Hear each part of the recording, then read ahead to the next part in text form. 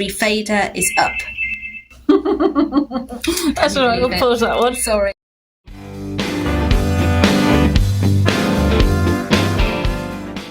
Welcome to Rugby, home of oddly shaped balls, and of course, Sir Frank Whittle, inventor of the jet engine.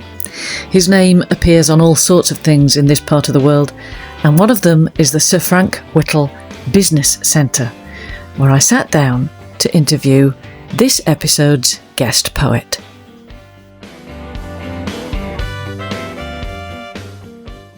Hello, and welcome to this episode of 3 Poems and a Question, where I'm delighted to say that our victim this time is Jane Commane.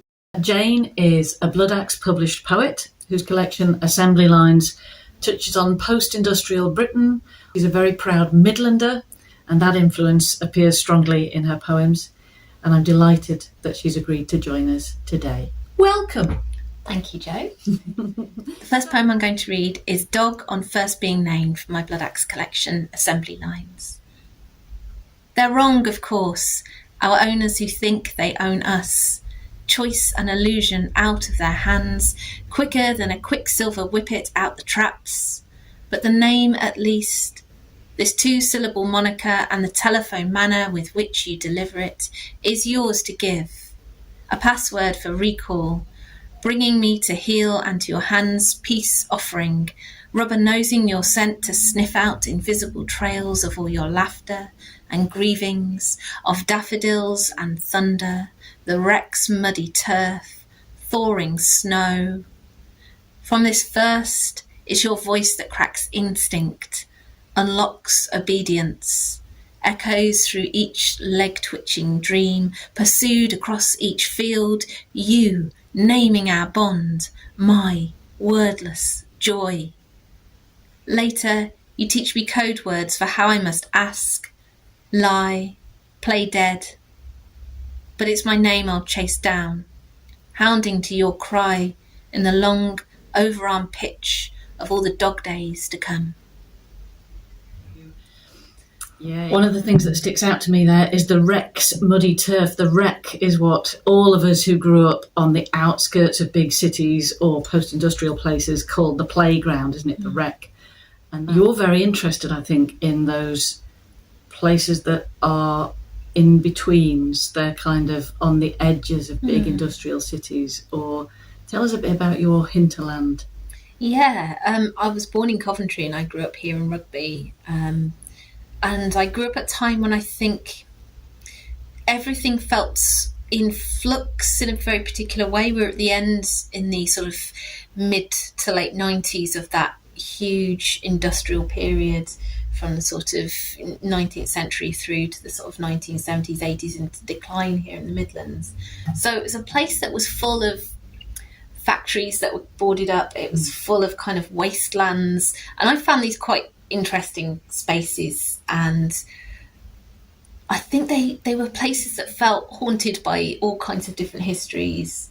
And I come from a family where my dad had worked in engineering and in the car factories, and that part of our story, that part of where we had come from and what our backgrounds were, that sort of felt very much part of the landscape as well, and part of the feeling of the time as well, which was kind of about to change quite a lot. And I've always found the edges of things quite interesting, because I think that's where you also have possibilities. You have things that are altering. You're out of the centre of things. So the Midlands has always felt somewhere strangely at the middle of the country, but out of the centre of a lot of things in lots of ways. And it tends to be somewhere people pass through.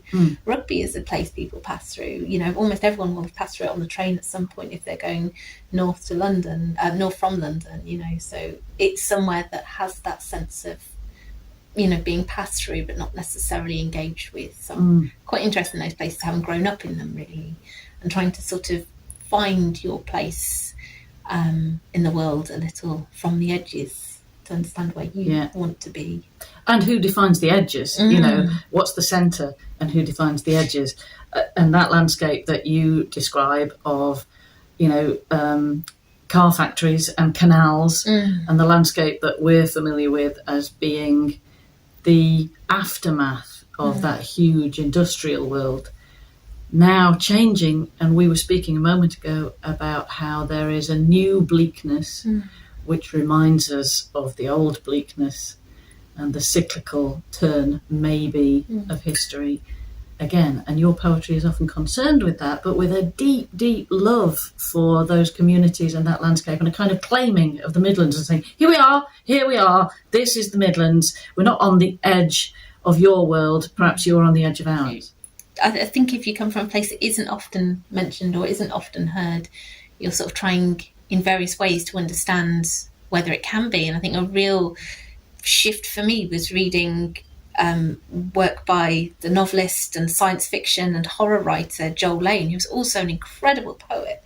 He has poetry from collections like The Autumn Myth, which actually was published maybe 10 or 12 years ago, but was about climate change and was so ahead of his time in terms of what he was writing about. And Joel is one of the first writers I read who wrote about the West Midlands. And I was probably 16 or 17 at the time. I borrowed his novel From Black to Blue from the local library.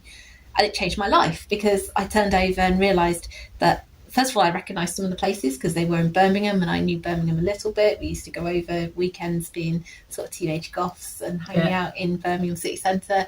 So some of it was recognisable already, but also the fact that you could be from the Midlands and write a book, that was allowed. And it's partly permission, isn't it? It is, you don't and role models. I say Liz Berry as a poet has been a really important permission-giving writer for me as a poet as well, because again, another writer who's fully embraced the language, the place, all the things that infuse and make her writing very specific in its locality, but also very universal in how it looks out from its work, because I think we're trying to be specific but not parochial about how we write.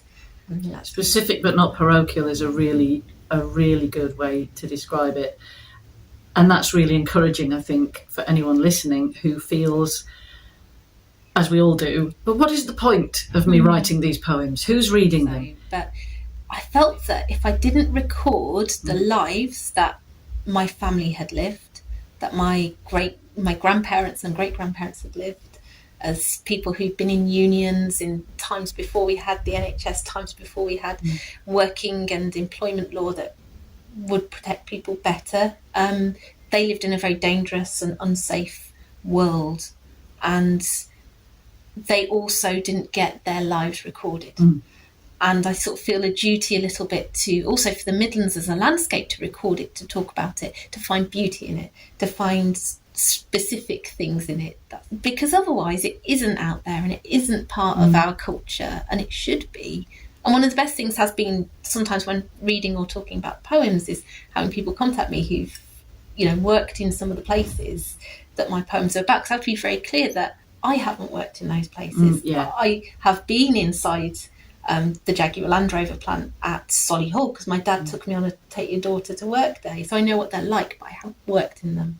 So I'm very careful to make sure that I'm not speaking over or trying to speak for people, but I'm trying to make sure that at least what I know of that world isn't lost or romanticised or glossed over or presented in ways that isn't true to it, or not presented at all. It's interesting that we often have that conversation when we're talking about not appropriating the voices of people of colour, or you might be writing about a person who's experienced disability and you have to find the balance where you're not appropriating their voice.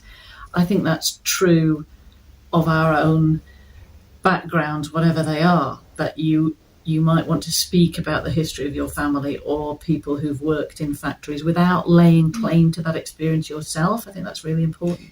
Yeah, that makes me think of the wonderful Kim Moore poem, My People. Yes, which is a fantastic example of exploring, the nature of what we inherit and our stories, but also some of the complicity that we were involved in terms of, history and manufacturing, colonialism and lots of things as part of that. And her writing is always so direct and clear and brilliant in terms of how she observes that and can sort of turn a poem a bit like a 3-point turn on a 5-pence piece. It's always really powerful the way that she does that. So. Yes, damn her. I think it's time we heard a second poem. Thank you, Joe. Second poem is called 12 Songs, and it's on the album Everything Must Go at 21. 1. Take the C60 from the plastic crystal case, slot into the open jaw of the tape deck, press play. 2. Pull the remains of a song from the waves, a waterlogged and ruined diary of days, rescue lines soaring to draw you back to shore, unspooling ribbon that pulls onwards from the loneliest wavelengths. 3. A boy in year 11 who gets on the same bus will eventually tape you the album. In the dinner hall, passing in the rush between classes, he puts it in your hands and it rattles in your coat pocket the rest of the day. Maybe, at the time, it felt like dreaming. Time will wipe clean his name, record over his face. 4. Vox and strings and harp and lead and rhythm and bass and drums and Hammond organ and piano and 45.24 of dead air. Push the tabs in to prevent loss. 5. You'll stay in your bedroom the whole of that first night.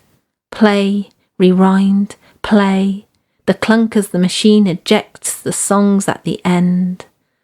Swap the tape from A-side to B-side. Hear it softly through the pillow, secretly through headphones on a Walkman in the dark. 6. Each song a rosary bead, threaded on the bronze tape, brought down from the trees where a bad dream has caught it and made a rustling ferric nest full of static. Every song a bird that has flown this nest, every bead a black eyeball. 7. It will be months before the library gets a copy. You go in every Monday night, and when it does arrive you'll loan it out for a 50p week. Photocopy the sleeve, and draw a map to plot your way out. Until then, you must decipher the lyrics, pencil in between the gaps, make up new languages to translate what you don't understand, to convey the universe taking its new shape. 8. Loss flickers across the monitors, the wavelength of sound matter transporting itself slowly, but pulling quicker light in its wake. Meteoric roar of the speaker, hearing and resounding itself as time gets caught in a loop of decay, going backwards yet pulling forward. The loss or gain hangs behind the feedback. Every fader is up across the desk of receptors. 9. Make it through long enough to put your own photograph up on the mantel shelf. Learn how to live with absences. When the head will hit the tape across the noise of decades, the fidelity of everything will still sound clear. 10. In the darkest of nights, the future is still glimmering, a strip light under the door. Turn it over and begin again, and again, and again. 11. This is the end. This is not the end. 12. Press play. Jane and I had a wedding to get to, and so we pressed on to the next poem without further conversation. But it's worth noting that 2 of the 3 poems she's chosen here are basically list poems. So next time you're telling yourself that that's not a sophisticated enough form to encompass your great ideas, have a go anyway. Even the best people do it. Poem number 3, please. Thank you, Jo. Poem number 3 is called The 9 Times That Women Did Something of Note. 1. When she bit through the pith and chose knowledge over hero worship. 2. That time that it was nothing to do with her body or anything her body had done or could be blamed for. 3. When she took all of those ofs, mother ofs and daughter ofs and wife ofs, and carried them in a knotted Hessian sack to the top of the hill and opened the sack's limp mouth and let them all fly free.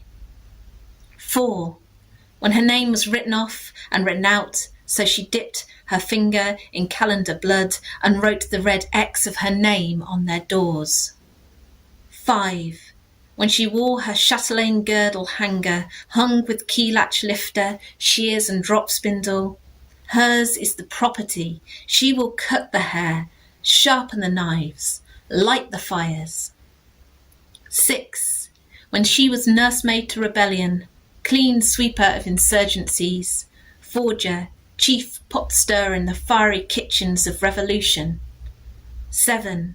When she rode in breastplate and chainmail, when she rode in naked, when she rode in utero inside a great wooden horse, when she shouldered the rifle to protect her sisters and sent the soldiers fleeing like hounds into the woods. 8. The time she concealed about her person a pen and paper, a pocketful of isotopes, a pirate galleon, a strange electronic noise, a previously undiscovered galaxy of stars. 9. Every time she found a pleasure all of her own and saw a brand new colour on the movie screen of her shut eyelids. That poem was in Butcher's Dog in this issue, the wonderful Butcher's Dog magazine. And the 9 times that women did something of note, I think sort of came from a sense of wanting to write women. We're talking about writing back into history. So I was thinking about how women's genealogy is often hard to trace. We lose our foremothers because of them losing their names, and I kind of wanted to write into that a little bit, and also women in history being overwritten, women in stories being overwritten, and just like trying to say, actually, there's at least 9 times we've done something. There's more, obviously. There are more than 9. Yes, there are more than 9. But I'm going to move us on because time is limited, because we have a wedding to go to, listener. So I'm going to ask you the question, and this time I'm going to allow myself the luxury of framing the question. Because what we haven't mentioned is that Jane is, of course, the supremo of Nine Archers Press, one of the most successful poetry presses in the UK, which has now been going for 15 years through high times and low times.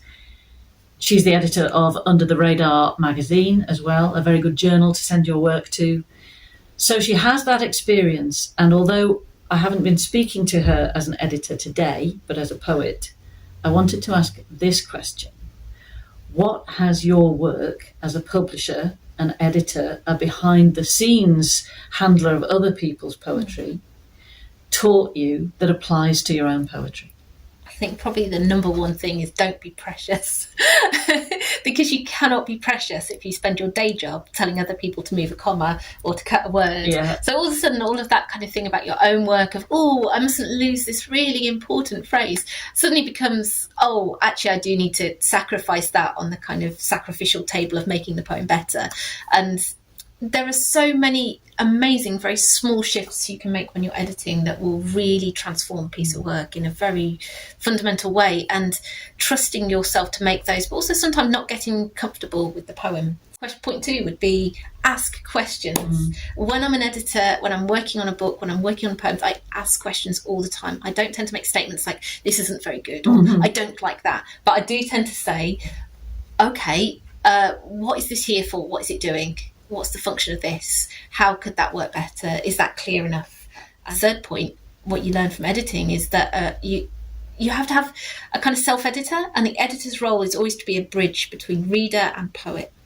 So if you are looking at a poem, you're always trying to think both, I'm partly on the poet's side, I'm partly advocating a little bit for readers and for what they may take from it, and you have to place yourself in the position when you're editing your own work of not being any particular imagined reader. I think we don't want to kind of try to suppose what readers may or may not get from a poem, or underestimate or overestimate, or any of those things. So it's not about making assumptions about your reader. It's more about thinking, if I'm coming to this poem and I don't know about X or Y, we were talking earlier about archaeology, and some of my poems also contain things that are quite specific, but I don't want any reader to feel locked out because they don't they perhaps don't carry that piece of specific knowledge about something. So you're looking at your work as if it were with somebody else's eyes, and asking yourself, do I really need to use the jargon of civil engineering to quite such an extent, for instance? Yeah. Where am I showing off?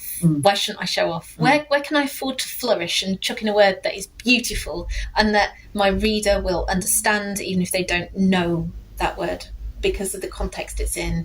If I use a piece of dialect or I use a piece of local language that's or what Liz Berry referred to as home words, the words we use at home for each other, will that work if I put it in a poem? Will the context be clear enough? And it's always asking yourself those questions, and also sort of, where is the form working with the poem? So again, if you have a very complicated form that locks your reader out rather than brings them in, is that an issue? And if you're using a complex form, does it complement the poem well? Does it work in tandem with it? Is it perfectly formed, connected? Is there connective tissue, I guess, between the poem's content and its form? So all those things that I think being an editor can help you to really think on and focus on as a writer can be very useful. Thank you very much, Jane Commane. It has been a privilege to hear you as a poet rather than an editor pointing your finger at my poems. It's nice to look at yours and to bring them to another audience. So thank you for being our guest. Thank you, Jo, and thank you everyone for listening. It's been wonderful.